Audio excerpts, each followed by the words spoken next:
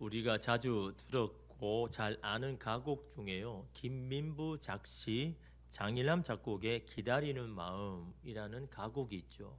아마 여러분 어릴 때도 많이 들어봤을 겁니다. 가사만 들어보면 이 노래 말인가라고 생각할 수가 있죠. 가사를 보면요. 일출봉에 해 뜨거든 날 불러주오. 월출봉에 달 뜨거든 날 불러주오. 기다려도 기다려도 님 오지 않고 빨래소리 물레소리에 눈물 흘렸네 라는 여러분이 가사죠. 기다리는, 사랑하는 사람을 기다리는 그 마음을 표현한 노래이죠. 사랑하는 사람을 기다리는 것은 물론 힘듭니다. 기다려도 오지 아니하면 참 애가 타죠. 사무침에 눈물을 흘릴 때도 있습니다. 그러나 여러분, 괴로움만 있는 것은 아니죠. 사랑하는 이를 다시 만날 수 있다는 소망과 기쁨도 여전히 있죠. 목적이 있기에 그들은 힘들어도 기다리는 겁니다. 기다림이 소망이 되기에 하루하루가 여러분 기대가 되는 거죠. 여러분, 사랑하는 사람만 여러분 기다리겠습니까? 시험을 치른 학생이 합격 발표를 기다리기도 하고, 남에게 무슨 일을 부탁해 놓고는 그 답을 마음 졸이면서 기다리기도 합니다. 성공하여 자신의 기량을 마음껏 뽐낼 날을 기다리며 자신의 자리에서 여러분 기다리는 사람도 있습니다. 또한 전쟁이나 사고로 잃어버린 가족을 애타게 기다리는 사람도 있죠. 어떤 일은 삶의 정상적인 궤도에서 벗어나서 이리저리 방황하며 헤매는 남편이나 아내나 자녀가 바른 길로 돌아오기만을 기다리는 그런 사람도 있습니다. 또 어떤 사회운동가는 우리 사회가 정의로운 사회가 될 날을 기다리며 외로운 싸움을 치르면서 계속해서 기다리는 사람도 있겠죠. 이런 사람들이 힘들어도 기다릴 수 있는 것은 무슨 이유입니까? 목적이 있기 때문입니다. 소망 중에 기다리기 때문에 기다릴 수가 있는 거죠. 기다림 끝에는 열매가 있고 기쁨이 있고 회복이 있다는 것을 믿기에 여러분 기다릴 수가 있는 겁니다. 지난주에 제가 설교 말씀에 오늘 이 시대에 가장 사람들이 힘들고 어려워하는 그 1위가 기다리는 것이라고 말씀드렸죠. 기다리는 게 참 어렵습니다. 기다리기만 하면 다 되는데 기다리기가 그렇게도 이러면 힘든 거죠. 여러분, 이런 기다림에 가장 큰 걸림돌이 뭘까요? 무엇이 우리로 하여금 기다리지 못하게 할까요? 그것은 바로 우리 안에 있는 불안함과 초조함이다라는 거죠. 이 불안과 초조함이요, 우리로 하여금 기다리지 못하게 합니다. 근데 여러분, 우리가 언제 불안을 느낄까요? 언제 초조함을 느낍니까? 여러분 한번 여러분의 삶을 한번 돌아보실 때 언제 가장 불안합니까? 언제 초조할까요? 내가 통제할 수 없는 상황이나 그 순간에 있을 때, 그때 사람은 불안해합니다. 초조합니다. 사람은 일반적으로 자신의 통제 가능하다고 생각될 때요, 가장 안정감을 느낀다고 합니다. 가장 평안함을 느낀다고 합니다. 가정도 일터도 자녀도 마찬가지죠. 내가 세운 계획, 과정, 목적이 모든 것이 내 통제 안에, 내 통제할 수 있는 범위에 있을 때 사람은요 안심합니다. 여러분, 특히 부모들이 여러분 가장 힘들어하는 것이 뭡니까? 내 통제에서 벗어나는 것이 하나하나씩 나타날 때마다 여러분 불안해하고 초조하지 않습니까? 자녀들이 자신의 통제에서 벗어날 때 여러분 부모들은 가장 힘들어합니다. 어릴 때는 시키는 대로 말하는 대로 잘 따라오니까 우리 인생에 별 문제가 없는 것 같습니다. 그러다가 아이들이 머리가 커지고 자신의 생각이 자리를 잡을 때 무렵부터 어떻게 합니까? 계속해서 부모의 통제에서 벗어나려고 시도를 하죠. 그런 아이들을 향해서 뭐라고 이야기합니까? 아니, 누굴 닮아가 저렇게 고집이 세나? 뭐가 되려고 저렇게 자기 마음대로야? 라고 속상해서 말합니다. 이것이 아이가 커가는 과정이라는 것을 알매도 불구하고 쉽게 인정하거나 받아들이기가 힘듭니다. 왜 그렇습니까? 자녀를 향한 나의 계획이 무너지는 것 같아서, 제대로 되지 않는 것 같아서, 그래서 불안해하고 초조해하죠. 사실 여러분, 이런 과정이 무엇입니까? 아이에게는 성장하는 과정이고 부모에게는 성숙하는 과정이잖아요. 이 과정을 통해서 내 마음대로 할 수 있는 것은 아무것도 없다라는 것을 깨닫지 않습니까? 내가 할 수 있는 것은 한계가 있다라는 것을 알게 되는 시간 아닙니까? 그러므로 내가 통제할 수 없는 상황은요, 우리 인생에 어쩌면요, 기회가 되더라라는 겁니다. 성숙하고 성장할 수 있는 기회 말입니다. 그러기 위해서는 어떻게 해야 됩니까? 그런 인생 때에 불안과 초조와 분노로 보낼 것이 아니라 기다림이 필요하다. 기다려야 된다는. 기다리면 터진 상처도 아물고 덜 익은 열매도 익어가는 겁니다. 기다리면 깨어지고 불편한 관계도 다시 좋아지고 회복될 것이기 때문에. 그래서 여러분 기다림이 중요한 거죠. 근데 여러분 더 중요한 것은요, 어떻게 기다리냐라는 거죠. 어떻게 기다리냐라는 거죠. 여러분 어떻게 기다립니까? 막연한 기다리면 안 됩니다. 막연하게 잘 되겠지, 막연하게 달라지겠지, 그 막연한 기다림은요, 오늘 우리가 그런 변화되는 것을 볼 수 없게 만드는 여러분 요인인 겁니다. 막연한 기다림이 아니라 기다리면은 목적이 있어야 되고 소망이 있어야 되는 거죠. 내가 무엇 때문에 기다리는가? 내가 왜 이렇게 기다려야 되는지에 대한 목적과 이유가 분명해야 여러분 오늘 우리는 기다릴 수가 있다라는 거죠. 기다리면 좋은지 누가 모릅니까? 그러나 그 기다리는 것이 어렵습니다. 왜 어렵습니까? 기다림의 목적과 소망이 없으니까. 그러니까 힘들면 그냥 놓아버리는 겁니다. 그냥 포기해버리는 겁니다. 성경에 나오는 믿음의 조상들이 가장 잘하는 게 뭘까요? 기다림입니다. 그들이 대단해서 여러분 하나님의 축복을 여러분 누리는 게 아니라 기다리다라는 거죠. 그 기다림을 통해서 하나님이 약속하신 축복들을요 다 받았습니다. 그게 성경에서 말하고 있는 거잖아요. 그 기다림을 손에 잡히는 확실한 증거가 있어서 기다리는 게 아닙니다. 하신 말씀, 약속을 반드시 이룰 것이라는 그런 소망을 가지고 여러분 기다리니 하나님의 때에 하나님이 주실 것을 하나님 다 받아 누리는 이런 믿음의 조상들을 이런 성경을 말하고 있잖아요. 히브리서 11장 9절에서 10절에 보면 믿음으로 그가 이방의 땅에 있는 것 같이 약속의 땅에 거류하며 동일한 약속을 유업으로 함께 받은 이삭 및 야곱과 더불어 장막에 거하였으니 이는 그가 하나님이 계획하시고 지으실 터가 있는 성을 바랐음이라 라고 이야기하죠. 아브라함이 어떻게 하나님이 주시는 복을 받았는지 그 이유에 대해서 말씀하지 않습니까? 여기서 바라다, 바랐음이라 라는 여러분 이 원어의 의미는요 소망하다, 바라라는 건 소망하다라는 겁니다. 근데 이 소망하다라는 이 히브리어는요 기다리다라는 겁니다. 그래서 여러분 제가 사제 시간에 여러분 제가 읽어드렸던 시편 130편에 보면요 하나님을 기다린다는 그 말이 많이 나옵니다. 파수꾼이 아침을 기다림보다 더하다, 여호와를 기다리다, 하나님을 내가 너희 영혼아 하나님을 바라라, 바라라라는 것이 소망하다, 하나님을 소망해라, 하나님을 기다려라. 기다려라는 말이 성경 곳곳에 나온 겁니다. 왜 기다리라고 할까요? 그냥 괴로워라고요? 힘들라고 기다리라 합니까? 기다리면 하나님의 목적과 뜻이 있는 겁니다. 기다려야 하나님이 약속하신 것을 받기 때문에 이렇게 기다려라는 거죠. 아브라함도 마찬가지잖아요. 아브라함이 소망한 게 뭡니까? 다른 것이 아닙니다. 나를 위해서 예비하시고 만들어 놓으신 그 성을 소망하면서 그 성을 주실 것을 믿고 그것을 바라보면서 기다린 겁니다.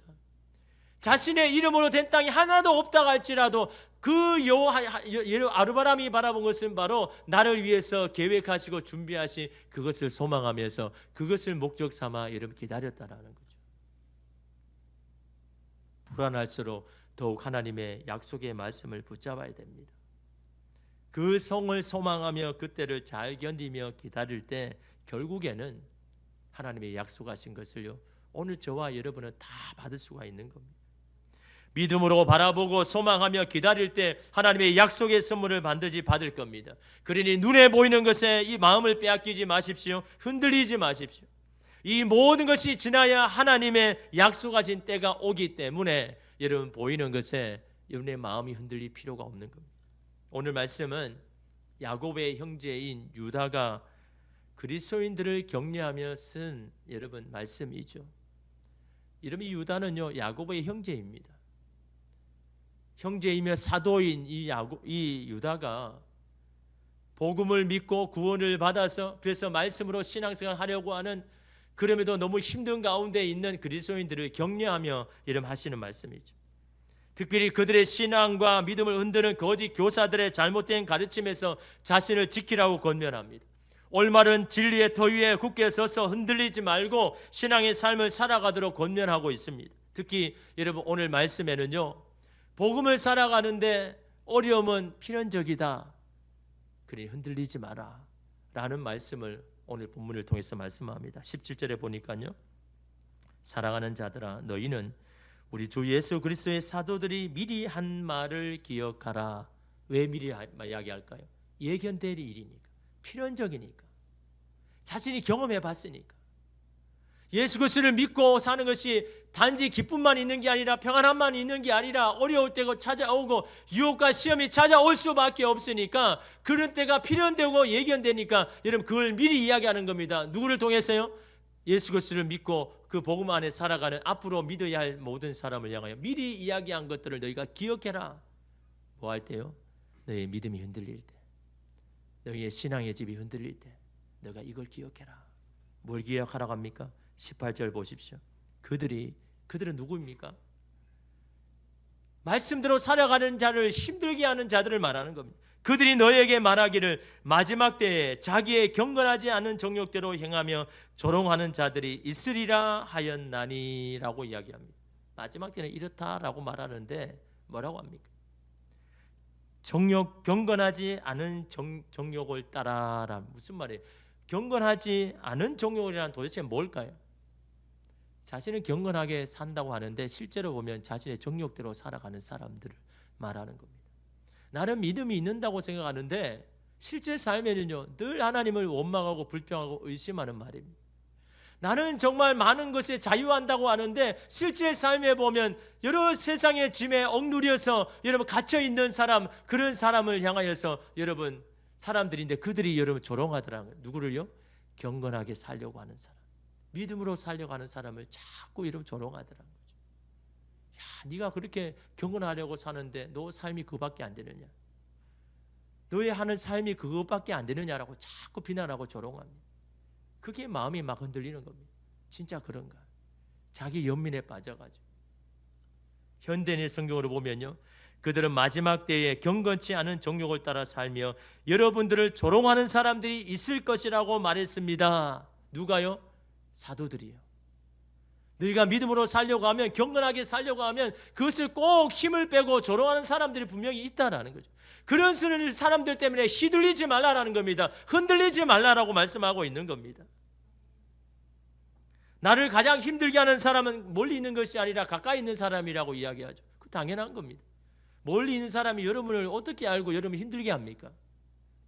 가까이 있으니까 여러분을 너무나 잘 아니까 그런 것들 이야기할 수 있는 건 아닙니까?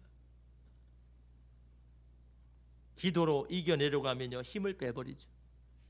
말씀으로 살려고 하면 꼭 나의 약점을 들추어서 말씀을 읽고 묵상하면 뭐 하느냐라고, 기도하면 도대체 뭐 하느냐라고, 기도했는데도 이 정도밖에 안 되냐라고 계속해서 우리를 조롱하죠.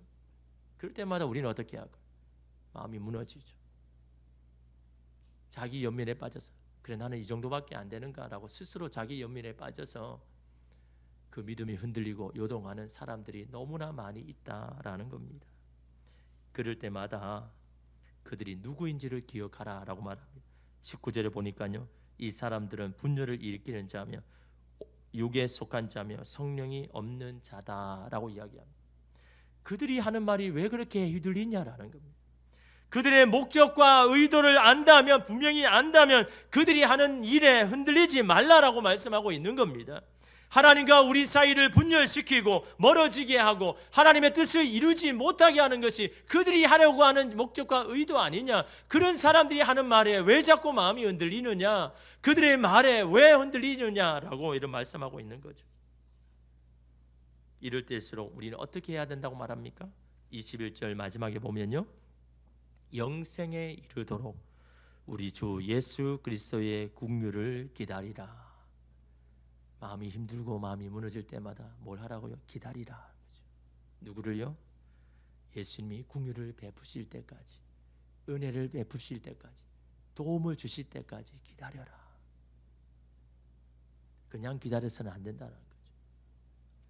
기다림이 축복이 되기 위해서는요, 우리가 애써야 할 것이 있다는 거죠. 그것이 여러분 20절의 말씀입니다. 우리 함께 읽겠습니다. 사랑하는 자들아, 너희는 너희의 지극히 거룩한 믿음 위에 자신을 세우며 성령으로 기도하며, 이렇게 합니다. 첫째는 뭡니까? 믿음의 집을 세우라, 건축하라 라고 합니다. 집을 단단하게 하면 지으며 흔들리지 않는다라는 거죠.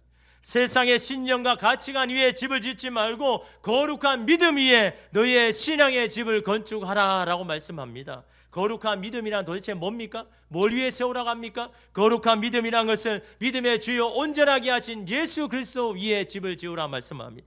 우리에게 베풀어 주신 구원의 은혜 위에 집을 지으라고 말합니다. 생명의 양식이 되는 말씀 위에 집을 지으라고 이야기합니다. 우리를 향한 주님의 변함없는 사랑 위에, 그 위에 우리의 인생의 집을 지어가야 된다 말씀합니다. 그럴 때에 어떤 풍파와 와도 환란이 들이닥쳐도 흔들리지 않는다는 거죠. 누가 어떤 말을 해도 요동하지 않는다는 겁니다. 누가 어떤 상처의 말을 해도 담담하다라는 겁니다. 영향을 받지 않는다라는 겁니다. 여러분, 우리가 누군가의 말에 쉽게 마음이 무너집니까? 상처를 받습니까? 오늘 우리의 신앙을 어디 위에 세웠는지를 다시 돌아봐야 되는 거예요. 사람의 말에 여러분의 신앙을 세웁니까? 사람의 인정에 여러분의 믿음에 여러분 집을 짓고 있습니까? 사람을 인정해 주면 좋고 인정해 주지 않으면 마음이 무너지고 있습니까? 그렇다면 여러분, 오늘 우리는 거룩한 믿음 위에 세워진 게 아니죠. 사람 위에 세워진 것, 사람의 인정 위에 세워진 여러분 신앙의 집 아닙니까? 그 집은요, 어려움이 오면 무너집니다. 환란이 오면요, 다 깨어져 버립니다. 베드로전서 1장 7절 말씀에 너희 믿음의 확실함은 불로 연단하여도 없어질 금보다 더 귀하여 예수 그리스도께서 나타나실 때 칭찬과 영광과 존귀를 얻게 할 것이니라. 주님이 오실 때 영광 존귀를 받게 하는 게 뭡니까? 믿음이죠. 믿음. 어떤 믿음이냐? 불로 연단해도 없어지지 아니할 믿음요. 불로 연단하면 금이라도 없어지지만 마지막까지 남는 것이 있다면 그게 믿음이다라는 겁니다. 그 마지막까지 남은 믿음이 있다면 주님이 다시 오실 때 오늘 우리를 칭찬하고 존귀하게 하고 영광을 얻게 하여 주시는 것이 바로 오늘 우리의 인생에 남은 신앙의 집의 마지막으로 남은 믿음이다라고 말씀합니다. 그 사람이 그동안 믿음으로 집을 잘 지어 온지는요, 불과 같은 시험을 왔을 때 보면 되는 겁니다. 자신이 통제할 수 없는 상황이 왔을 때, 내가 어떻게 해야 될지 모를 때 그 사람이 보이는 반응과 태도를 보면 그 사람의 신앙의 집이 무엇으로 지은지를 여러분 볼 수가 있는 겁니다. 어떤 사람은 이 일로 낙심하여 하나님으로부터 멀어집니다. 하나님에 대해서 기도의 입이 닫힙니다. 이 사람은 신앙생활도 자신의 정욕대로 자신의 뜻대로 하기 위한 도구일 뿐인 겁니다. 어떤 사람은 이 일로 더욱 하나님 앞에 엎드리고 더 하나님 앞에 가까이 나아갑니다. 더 기도에 힘을 쓰고 신앙의 열정을 더 냅니다. 여기 하나님의 선하신 뜻이 있음을 믿고 이 상황을 긍정적으로 받아들이고 더 열심히 살아갑니다. 이런 자가 거룩한 믿음 위에 자신의 삶을 건축한 사람 아닙니까? 두 번째로 성령으로 기도하며 기다리라고 말씀합니다. 성령으로 기도한다는 게 무슨 뜻입니까? 성령의 감동으로 기도한다는 말입니다. 이것은요, 성령께서 원하신 것을 구하고 기도하는 것을 말합니다. 나의 소욕과 욕심을 내려놓고 하나님이 기뻐하실 것을 구하고 하나님의 뜻이 이루어지기를 위해서 기도하는 것이 바로 성령으로 기도하는 것이다 라는 겁니다. 여러분, 우리가 하나님께 실망하는 이유가 뭡니까? 기도했는데도 하나님이 침묵할 때요. 그때 하나님에게 실망하죠. 하나님, 도대체 뭐가 제가 그렇게 큰 것을 기대한 것도 아닌데 하나님 왜 내 기도에 이렇게 응답 안 합니까? 내가 원하는 것을 안 들어줍니까? 라고 여러분, 우리는 하나님께 실망하죠. 그분은 성령으로 기도한 게 아니죠. 자기 욕심으로 구한 거죠. 자기 욕망으로 구한 거죠. 자기 뜻으로 구하니까요. 그것이 안 될 때 여러분 하나님 앞에 실망합니다. 원망합니다. 내가 통제할 수 없는 것이 있습니까? 가정입니까? 자녀입니까? 배우자입니까? 일터의 동료입니까? 상사입니까? 건강입니까?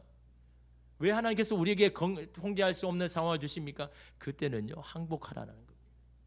하나님 앞에 맡기라는 거죠. 네가 할 수 없는 그런 상황에 뭐 네가 자꾸 하려고 하느냐? 항복하고 그것을 나에게 맡겨라. 하나님이 하실 것을 기도하면서 기다려라. 그것이 하나님께서 우리에게 하시는 여러분 뜻 아닙니까? 여러분 출애굽기 14장 13절 보십시오. 모세가 백성에게 이르되 너희는 두려워하지 말고 가만히 있어서 여호와께서 오늘 너희를 위하여 행하시는 구원을 보라. 너희가 오늘 본 애굽 사람을 영원히 다시 보지 아니하리라 말씀합니다. 누구에게 하신 말씀입니까? 홍해 앞에 선 이스라엘 백성들. 앞에는 홍해 바다가 가로막습니다. 뒤에는 애굽 군사들이 자기를 죽이려고 여러분 다가옵니다. 자신이 통제할 수 없는 상황이죠. 앞으로 갈 수도 없고 뒤로도 갈 수 없는 그런 상황에서 하나님께서 이스라엘에게 요구한 게 뭡니까?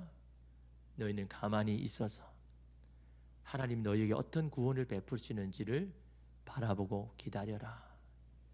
그것이 이스라엘 백성들이 할 수 있는 일임을 말씀하잖아요. 하나님을 기다릴 때 하나님이 애굽의 병사들과 어떻게 싸우는지 너희가 보게 될 것이다. 하나님이 어떤 하나님인지를 너희가 알게 될 것이다. 어떤 자에게? 기다리는 자에게. 하나님을 기다리는 자에게. 하나님 앞에 맡기고 하나님이 하실 것을 믿고 성령으로 구하며 기도하는 자에게 하나님이 하시는 것들을 보여주실 것이다 라고 이런 말씀하고 있지 않습니까? 왜 기도도 하지 않고 염려만 합니까? 왜 하나님께 맡겼다고 하면서 의심합니까? 오늘 우리가 육신으로 기도하고 있지는 않습니까? 나의 정욕으로 욕심으로 구하고 있지는 않습니까? 성령으로 기도해야 되는 겁니다. 그래야 여러분 주님의 국류를 기다릴 수가 있습니다. 성령으로 기도해야 하나님의 주인 되심을 인정하고 주님의 뜻이 이루어지기를 우리는 기도할 수가 있는 겁니다.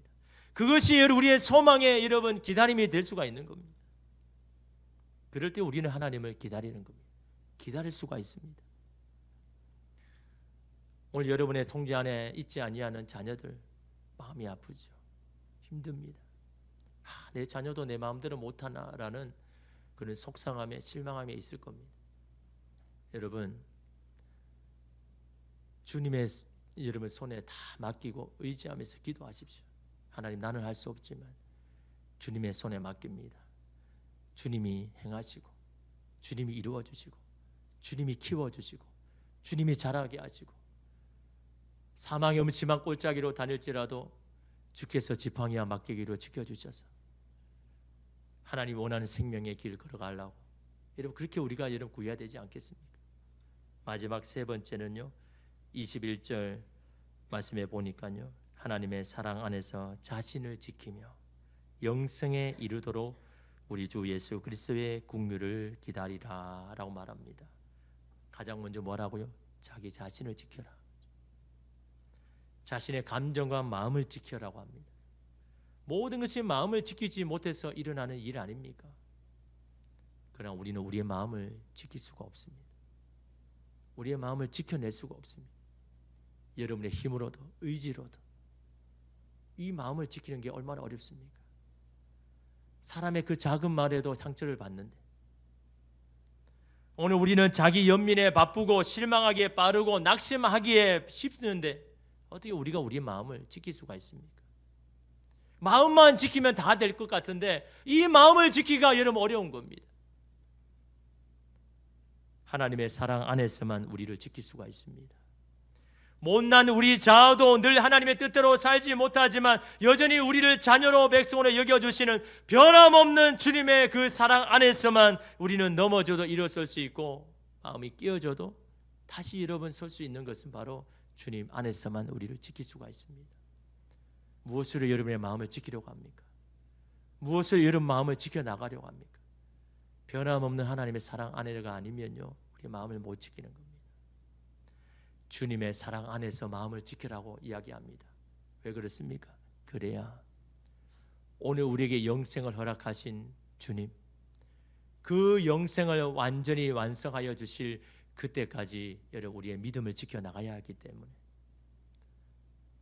오늘 우리의 마음을 먼저 지키며 오늘 우리의 신앙의 집이 견고할 수 있도록 날마다 성령으로 구하며 기도할 때 하나님께서 오늘 우리에게 주신 이 영생의 놀라운 은혜를 주님이 다시 오실 때까지 그것을 가지고 주님 앞에 설 수 있는 줄 믿습니다. 요한일서 4장 16절 말씀에 하나님이 우리를 사랑하신 사랑을 우리가 알고 믿었노니 하나님은 사랑이시라. 사랑 안에 거하는 자는 하나님 안에 거하고 하나님도 그 안에 거하시느니라 라고 말하죠. 하나님이 우리를 사랑한 사랑을 어떻게 알고요? 알고 믿었도다. 먼저 알아야죠. 근데 아는 것으로 끝나면 안 되죠. 믿어야 되는 거예요. 내 심령이 고백해야 되는 거예요. 하나님께 실망할 수 있는 상황에서 여전히 하나님은 나를 사랑하십니다라는 그런 믿음을 우리가 믿고 우리가 살아야 되는 겁니다. 그럴 때 하나님의 사랑이 오늘 우리 안에 하나님이 우리 안에 여러분 계시는 놀라운 은혜를 우리가 받을 수가 있는 겁니다. 요한일서 4장 18절 말씀에 사랑 안에 두려움이 없고 온전한 사랑이 두려움을 내쫓나니 두려움에는 형벌이 있음이라. 두려워하는 자는 사랑 안에서 온전히 이루지 못하느니라 라고 말합니다. 여러분, 오늘 우리 안에 두려움이 있습니까? 사랑 안에는 두려움이 없다고 합니다.